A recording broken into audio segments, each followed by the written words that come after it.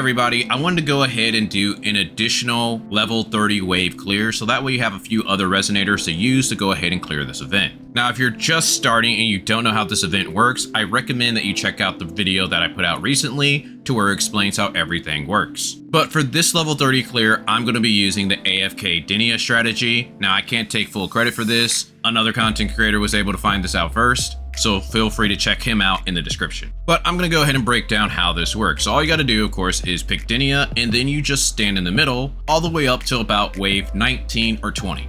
Basically, Denia is going to kill all the enemies in front of her without having to do anything. The only thing that we have to do after every wave clear is where you see the thumbs up, make sure that you select those so that way you're making Denia stronger. Besides that, the only item that you have to make sure that you get is the personal shield. The reason being is that once we get to those later stages, we're not going to be able to do enough damage and heal before the enemies kill us. Once that happens, we have to change our strategy. Here's where you're just going to go to the corner of the stage and just run around in a circle. What's going to happen is that the enemies are not able to catch up with you, so all you have to do is just run the timeout. If you follow all of these tips, you shouldn't have any trouble clearing stage 30 with Denia. So with that, I'll go ahead and show you my wave 30 run. If you guys enjoyed this, I would greatly appreciate a like so that way I can spread more on YouTube. But other than that, I'll talk with you guys later.